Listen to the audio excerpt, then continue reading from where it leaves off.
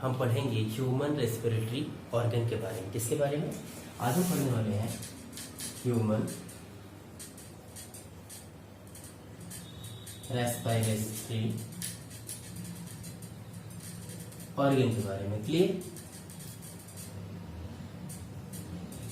देखिए, human respiratory organ पढ़ने से पहले हम ये जान लेते हैं रेस्पिरेशन होता क्या है। रेस्पिरेशन का मतलब ये होता है कि एटमॉस्फेयर से ऑक्सीजन का लेना और उस ऑक्सीजन से जो भी न्यूट्रिएंट्स हमारी बॉडी में फूड के द्वारा हमने कंज्यूम कर रखा है उस न्यूट्रिएंट्स को क्या करना? ऑक्सीडाइज करना।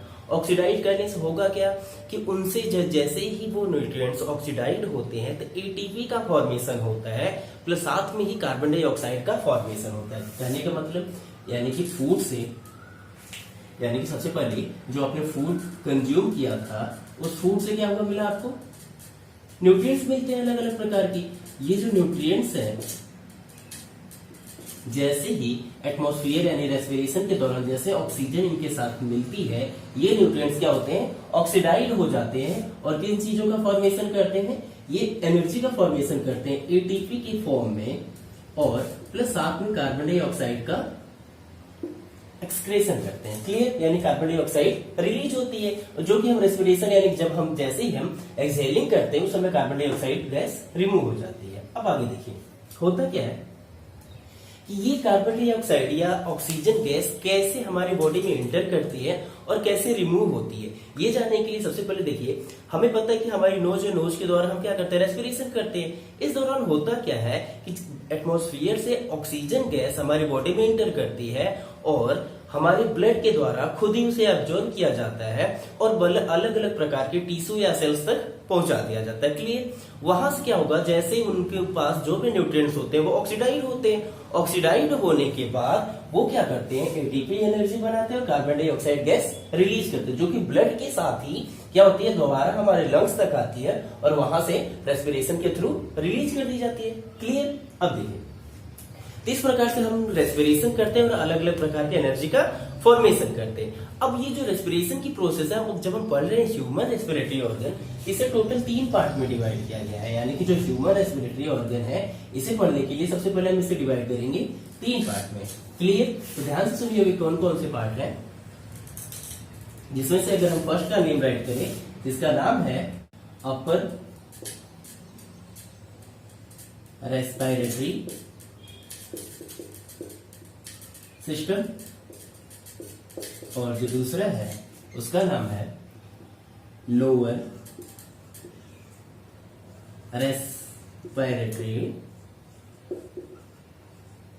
सिस्टम। क्लियर? तो आपने 3 चीजें ध्यान दी। सबसे पहले आपने जाना अपर रेस्पिरेटरी सिस्टम के बारे में पढ़ेंगे, फिर लोअर रेस्पिरेटरी सिस्टम के बारे में पढ़ेंगे और फिर हम कुछ रेस्पिरेटरी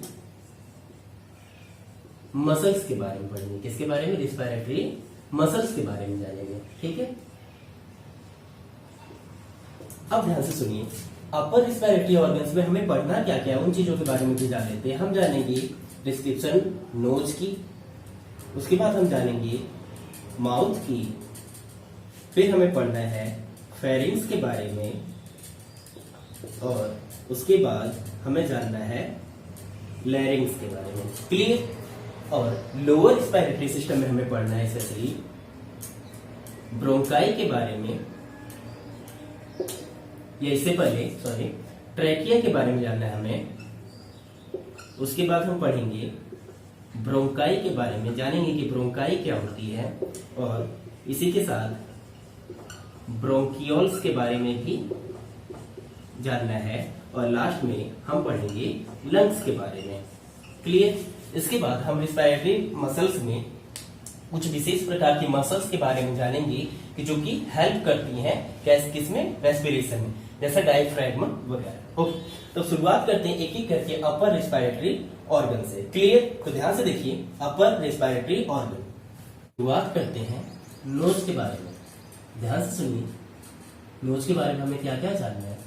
सबसे पहले अगर हम बात करें तो जो नोज होती है ये क्या है? ये ह्यूमन रेस्पिरेटरी ऑर्गन्स की जितनी भी हैं उनमें सबसे पहली, या फिर हम बात करें अपर रेस्पिरेटरी ऑर्गन की तो उसमें सबसे पहला जो ऑर्गन होता है वो क्या होता है? नोज होता है। ये क्या होता है? हमें आउटर से विजिबल होता है, यानी बाहर से तो दिखाई देती है। प्लस इसके साथ में कुछ एक दो बातें और जान लेनी है। इसमें क्या होती है कि इसमें नोस्ट्रिल्स होती है। क्या होती है? नोस्ट्रिल्स होती है, जो क्या होती है, दो पार्ट में डिवाइडेड होती है। कितने पार्ट में? 2 पार्ट में डिवाइडेड होती है। प्लस ये जो यानी कि जो नोस्ट्रिल है, इसमें कुछ स्लेंडर बोन्स होती हैं और इनके ऊपर क्या होती है? मेम्ब्रेन होती है। क्या होती है? मेम्ब्रेन्स होती है। क्लियर? अब फिर से सुनिए, इसमें क्या होती है? स्लेंडर बोन्स होती हैं, यानी काफी नरम बोन्स होती हैं और इनके ऊपर मेम्ब्रेन की लेयर होती है। अब ये जो नोस्ट्रिल है, ये क्या है? एक्सटर्नली पार्ट, यानी बाहर से विजिबल होती है। और इसका जो लास्ट एंड है वो क्या है? आपने पढ़ा होगा फेरिंग्स वाले पार्ट में।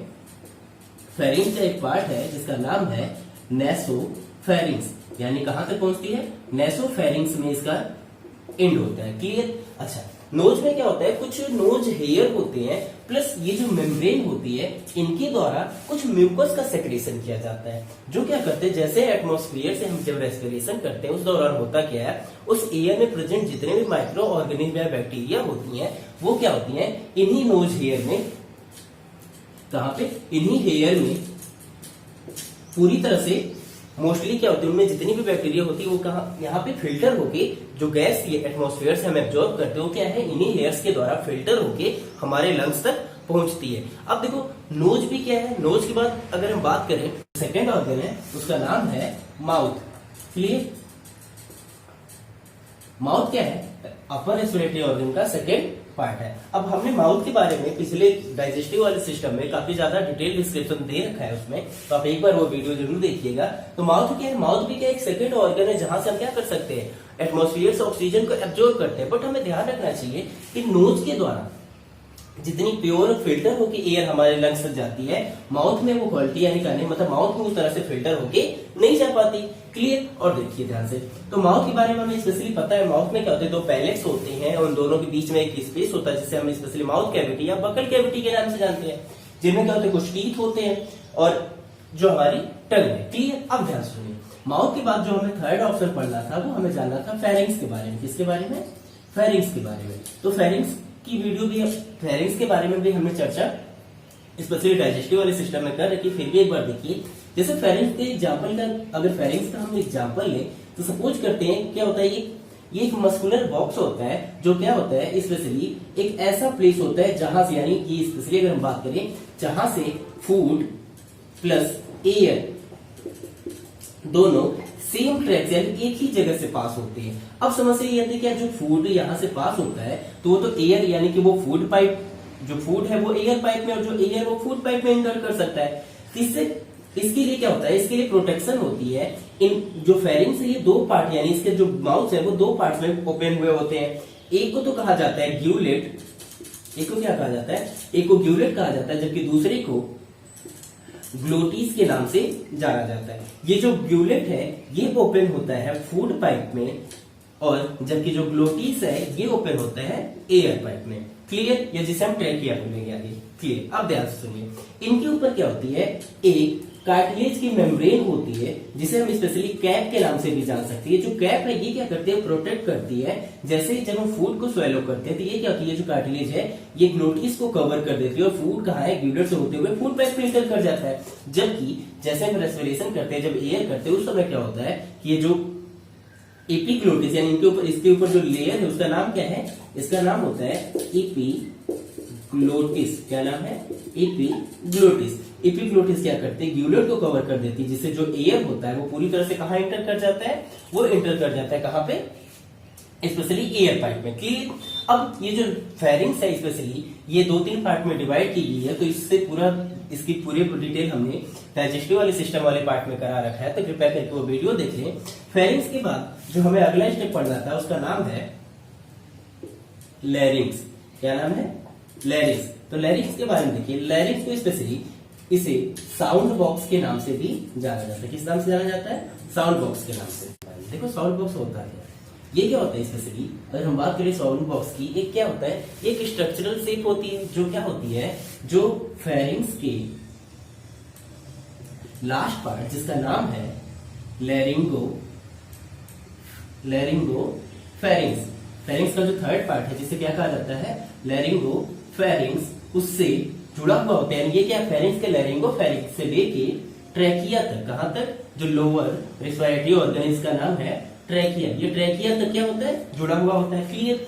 इसमें होता क्या है कि इसमें ढेर सारी म्यूकस मेम्ब्रेन होती है, क्या होती है, ढेर सारी म्यूकस मेम्ब्रेन होती हैं, जो करती क्या है, जिनपे जैसे एयर प्रेशर होता है, यानी ये क्या होती है, ढेर सारी म्यूकस मेम्ब्रेन होती हैं, जैसे इन पे एयर का प्रेशर बढ़ता है, ये होता है क्या, इनसे अलग अलग प्रकार की डिफरेंट टाइप्स की साउंड प्रोड्यूस होती है। क्लियर। अब होता क्या, ध्यान से सुनना, कि इसी साउंड का यूज क्या है, जैसे मैं बोल रहा हूँ इस समय क्या होता है कि जो लैरिंग्स है, यानी कि जिसे स्पेशली हम ये जो स्पेशल ये म्यूकस मेम्ब्रेन होती हैं, इन्हें वोकल कॉर्ड के नाम से भी जाना, इन्हें किस नाम से जाना जाता है, इन्हें वोकल कॉर्ड के नाम से भी जाना जाता है। तो यानी कि जो जब मैं बोल रहा हूँ इस समय क्या होता है कि जो मेरा वोकल कॉर्ड है, यानी कि जो म्यूकस मेम्ब्रेन से बना हुआ जो वोकल कॉर्ड है, उसमें क्या बहुत ज्यादा वाइब्रेशन हो रही है। और आपको पता है कि साउंड कब प्रोड्यूस होता है, जब वाइब्रेशन होता है, यानी कि उनमें जब जितनी ज्यादा तेजी से वाइब्रेशन होगा उतनी ज्यादा अलग अलग प्रकार के साउंड का प्रोडक्शन होता है। क्लियर। अब हम पढ़ने वाले हैं स्पेशली लोअर रेस्पिरेटरी सिस्टम के बारे में, जिससे हमें किन ऑर्गन्स के बारे में पढ़ना है, जिनमें हमें पढ़ना है स्पेशली ट्रैकिया, ट्रैकिया के बाद फिर हमें पढ़ना है ब्रोंकाई, ब्रोंकाई के बाद हमें पढ़ना है ब्रोंकियोल्स, ब्रोंकियोल्स, इसके बाद हम पढ़ेंगे एल्वियोलीज के बारे में, और फिर पढ़ेंगे हम लंग्स के बारे में। क्लियर। इनमें शुरुआत करते सबसे पहले ट्रैकिया की। किसकी शुरुआत, ट्रैकिया की बात करें तो ट्रैकिया एक क्या होता है, ट्यूबुलर स्ट्रक्चर होता है। कैसा होता है, एक ट्यूबुलर स्ट्रक्चर होता है। जैसे कि हम बात करें जिसकी अगर लेंथ की बात की जाए तो नियर अबाउट 17 to 18 सेंटीमीटर, या स्पेशली हम 5 इंचेस लेंथ की ये होती है। क्लियर। इसका काम क्या होता है, यहाँ डायग्राम में देख सकते हो, ये क्या है, ये है आपका साउंड बॉक्स। साउंड बॉक्स यानी कि स्पेशली जिसे लैरिंग्स के नाम से जाना था आपने, इस नाम से, ये है आपका लैरिंग्स। लैरिंग्स के बाद ये है आपकी ट्रैकिया, जो कैसी होती है, तो जो लगभग सी शेप्ड की होती है। कैसी होती है, सी शेप्ड होती है। सी शेप्ड मतलब किस चीज की बनी हुई होती है, ये बनी हुई होती है स्पेशली कार्टिलेज की। किस चीज की बनी होती है, कार्टिलेज की। कार्टिलेज से बनने के कारण होता क्या है, इससे काफी ज्यादा स्ट्रेंथ प्रोवाइड होती है, जिससे होता क्या है कि आपस में ट्रैकियल कोलिजन को रोकती है। यानी कि ये हमेशा क्या होती है, ये क्या होती है, कार्टिलेज की रिंग्स बनी हुई है, देख सकते हो आप, ये है रिंग्स ऑफ कार्टिलेज, जो क्या करती है, इनको आपस में मजबूती प्रदान करती है, जिससे क्या ये आपस में कोलिजन नहीं होता, आपस में कोलिजन नहीं होता, जिससे कारण क्या ये हमेशा हर समय ओपन रहता है। क्लियर। अब देखिए, अब इसमें अगर हम बात करें, जो क्या करता है, आप देख सकते हो यहाँ पे, यानी कि जो लैरिंग्स को जोड़ने का काम करते हैं, स्पेशली क्या होता है, ये है आपकी यहाँ इस पार्ट से होती है आपकी ट्रैकियल पार्ट होता है, ठीक है, ये आपकी ट्रैकिया है।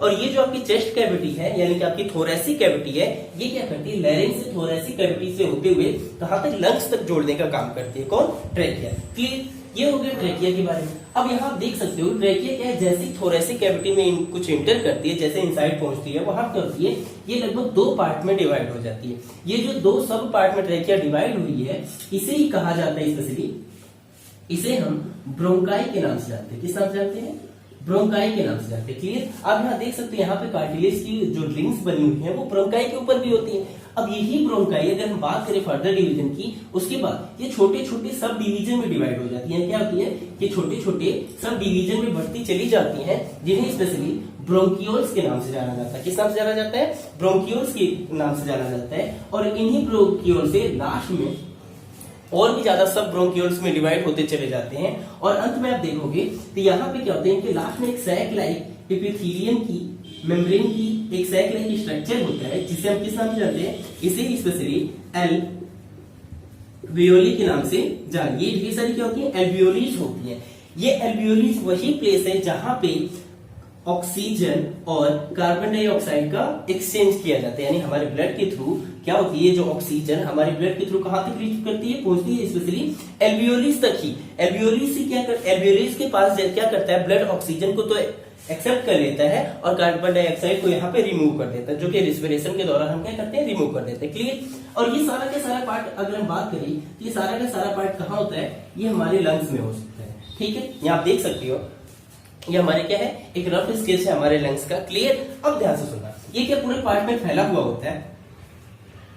तो ये तो होगी आपकी ट्रैकिया, ब्रोंकाई और ब्रोंकियोल्स के बारे में। ठीक है, तो स्पेशली ये क्या हमने पढ़ा था कि लोअर रेस्पिरेटरी ऑर्गन में हमें 3-4 चीजों के बारे में पढ़ना था, ट्रेकिया, ब्रोंकाई, ब्रोंकियोल्स के बारे में, एल्वियोलिस। तो लंग्स के बारे में कुछ और डिटेल हम हैं, ध्यान से सुनिएगा।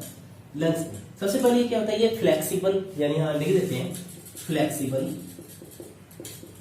सॉफ्ट और पिंक कलर का होता है। कैसा होता है? पिंक कलर का होता है। जो क्या करता है, जो हमारे थोरेसिक कैविटी में सिचुएटेड होता है। स्पेशली जो हमारे लंग्स है वो 2 पार्ट में, यानी कि एक राइट पार्ट की तरफ सिचुएटेड होता है, एक लेफ्ट, यानी कि पेयर होते हैं लंग्स के। अब ये जो लंग्स है ना, इसमें ढेर सारी बना किन चीजों से अगर बात की जाए तो जो लंग्स है ये स्पेशली स्पॉन्जी टिश्यू से मिलकर बना हुआ। इसमें ढेर सारी क्या है, ब्रोंकियोल्स हैं, ढेर सारी एल्वियोलीज हैं। ऐसा माना जाता है कि लगभग हमारे लंग्स में लगभग 30 मिलियन क्या होती है, 30 मिलियन क्या होती है, एल्वियोलीज होती हैं। क्लियर? अब ध्यान सुनिए, ढेर सारे फ्लेक्सिबल फाइबर्स होते हैं, अलग अलग प्रकार के टिश्यू, अलग अलग प्रकार की सेल से मिलकर बना हुआ होता है। लंग्स ही वो जगह है जहां पे क्या होता है, गैसेस का एक्सचेंज किया जाता है, यानी ब्लड के द्वारा ऑक्सीजन को एक्सेप्ट किया जाता है और कार्बन डाइऑक्साइड को वहां पे एल्वियोलीज में रिमूव किया जाता है। इन चीजों के बारे में हमने जाना। इसके अलावा कुछ मेन फैक्ट भी है। अगर बात की जाए तो जो मैन, यानी कि जो हमारा राइट, स्पेशली अगर हम बात करें तो जो हमारा राइट लंग्स होता है वो लेफ्ट लंग्स के कंपैरिजन में थोड़ा छोटा होता है। यानी कि राइट वाला क्या होता है, छोटा होता है, और लेफ्ट वाला इसके कंपैरिजन में बड़ा होता है। और इसी तरह से अगर अगले फैक्ट की बात की जाए तो जो मैन होते हैं, यानी कि मैन का जो लंग्स होता है वो वुमेन के लंग्स से कंपैरिजन में थोड़ा स्लाइटली बिगर होता है। क्लियर? यानी कि जो आदमी होते हैं, आदमी के लंग्स तो बड़े होते हैं, जबकि औरत के लंग्स कैसे होते हैं, छोटे होते हैं। क्लियर? इसके बाद हमने नेक्स्ट टॉपिक जो हमें पढ़नी है वो है स्पेशली रिस्पिरेटरी मसल्स के बारे में। रिस्पिरेटरी मसल्स की अगर बात की जाए, ये जो आपको डायग्राम दिख रहा है इसके नीचे की तरफ, यानी नीचे की तरफ आपको नहीं सो रहा है, बट फिर भी इनके नीचे क्या होता है, इनके नीचे होता है स्पेशली जिसे हम डायफ्रैगम कहते हैं। डायफ्रैगम क्या होती है, ये स्पेशली जब सांस ले रहे होते हैं उस समय क्या होता है, आप देखो कि जैसे आप इनहेलिंग और एक्सहेलिंग करते हो, जैसे इनहेलिंग करते हो तो आपका जो डायफ्रैगम है ऊपर की तरफ क्या होता है, स्ट्रेच होता है। और फिर जैसे आप एक्सहेलिंग करते हो, यानी कि जैसे अपनी स्पेशली गैस को रिमूव करते हो, उस समय क्या होता है, वो फिर से नॉर्मल पोजीशन में चला जाता है। तो ये क्या होता है, मसल्स का कॉन्ट्रैक्शन कहलाता है। यानी एक बार क्या होता है, एक एक्सपेंड होता है, फिर दोबारा कॉन्ट्रैक्ट हो जाता है, फिर एक्सपेंड होता है, कॉन्ट्रैक्ट होता है। इस प्रोसेस में क्या होती है, जो हमारी ढेर सारी मसल्स एक्टिवेट रहती हैं और हमें क्या करते हैं, जैसे हम रेस्पिरेशन की प्रोसेस करते हैं। रेस्पिरेशन की अगर बात की जाए, ध्यान से सुना, एक बार और जान लेते हैं रेस्पिरेशन क्या है। यानी कि एटमॉस्फेयर से क्या किया जाता है, इस पूरे डायग्राम की मदद से हम समझेंगे। सबसे पहले क्या होता है कि रेस्पिरेशन के दौरान हम नोज के द्वारा क्या करते हैं, स्पेशली माउथ के द्वारा एटमॉस्फेयर से गैस को क्या करते हैं, इंटर करते हैं अपने माउथ में, यानी कि हम इनहेलिंग करते हैं। इनहेलिंग के दौरान क्या होता है, जो गैस है वो हमारे लैरिंग्स यानी साउंड बॉक्स से होते हुए हमारी ब्रोंकाई में, और ब्रोंकाई के बाद 2 शब्द यहाँ जो आपको दिख रहा है राइट और लेफ्ट की तरफ, इन क्या है, ब्रोंकियोल्स में डिवाइड हो जाती है। ढेर सारी ब्रोंकियोल्स में डिवाइड होने के बाद लास्ट में जो गैसेस है वो कहां पे रीच करती हैं, वो एल्वियोलीज तक पहुंचती है। क्लियर? अब यहां पे पहुंचने के बाद क्या होता है, यहां पे अगर पहुंचने की बात की जाए,